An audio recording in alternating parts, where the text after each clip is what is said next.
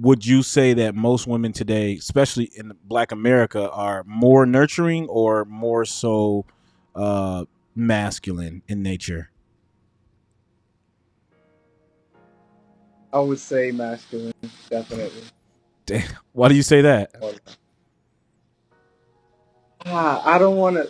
I'm telling you, it's really because I've had first experience with like my mother and my immediate family. I'm the oldest boy of five sisters, so it's like maybe that plays into a bias.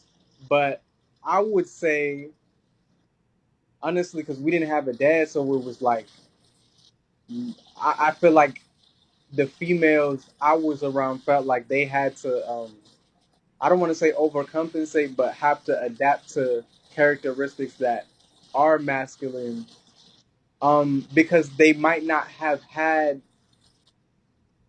an idea of protection or I don't know, just a male. I just want to say like a father figure, a positive father figure at that, in their lives. I would say so Okay. because I know how it's affected me. So Yeah. I Yeah. could only imagine from a woman's perspective. So you as a man, how has not having a father affected you? I would say not having a father, honestly, it affected me a lot. But okay, so for example, I had a lot of emotions as a kid, and my mother would I couldn't cry. Like I just had no room for expressing emotions as a child because my mother, she was she knew I didn't have a father figure.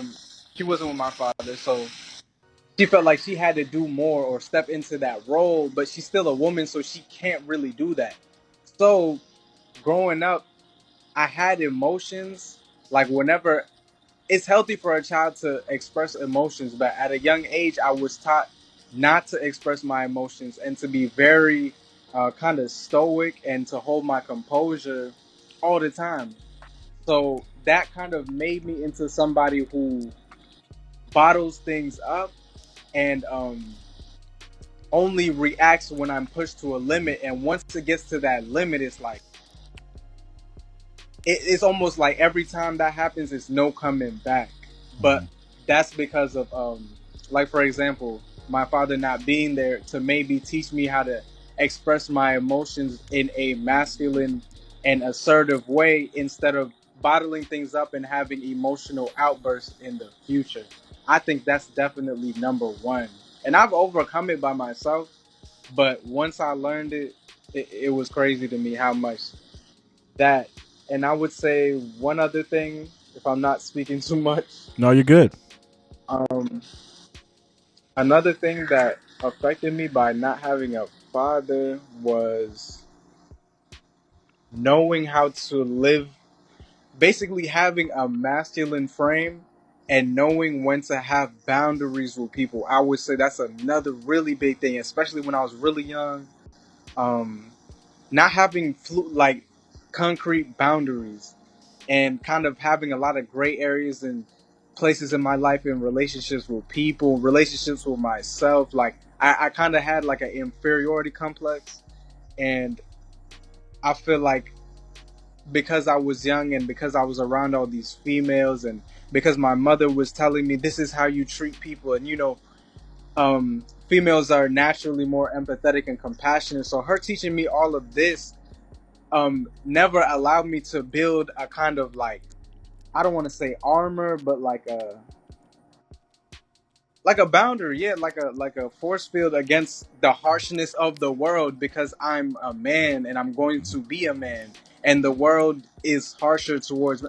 So that definitely creating boundaries, I had to learn that the hard way. Hmm. So yeah, Yeah. definitely. I would say those two things are the most prominent. Okay. And I appreciate you for sharing that, man. That was real. And I can relate to that on a lot of levels. I didn't have my father as well. I didn't really rekindle a relationship with him later on in life. You know, I'm 35 now, but I didn't really start rekindling my relationship with my dad till like late 20s or whatnot. And a lot of the characteristics that you described that your mother had was pretty much similar to what my mom had. She had to raise three boys, single mom, you know, And Mm. at a point for young men, we get to a point in our life where mom is really not that effective. We have to kind of navigate life through ourselves. And one of the things that I've Exactly. realized is that, especially particularly for young men, it's very important that we suffer. Um, and Exactly. one of the main things I think fathers are there for is to kind of reinforce that to the son, that their life is going to require suffering. However, you're supposed to maintain your masculine frame and composure at all times. And I think that as far as expressing yourself, it's really good to surround yourself around other male counterparts, as opposed to expressing yourself and your feelings to a woman.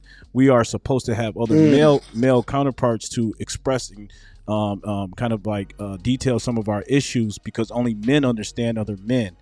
And I think that's really what's lacking, is that we just didn't have that father or that male archetype that to help kind of like usher us through some of the things. I mean, because life is gonna have, and that's the difference between men and women, generally speaking, is that you know uh, reality reinforces our deficiencies as men. Reality don't really reinforce Right. deficiencies for women, because they got so many social conventions in place to pretty much shield them from the pain Exactly. and the realities that we have to experience. So it's a total different experience between men and women. So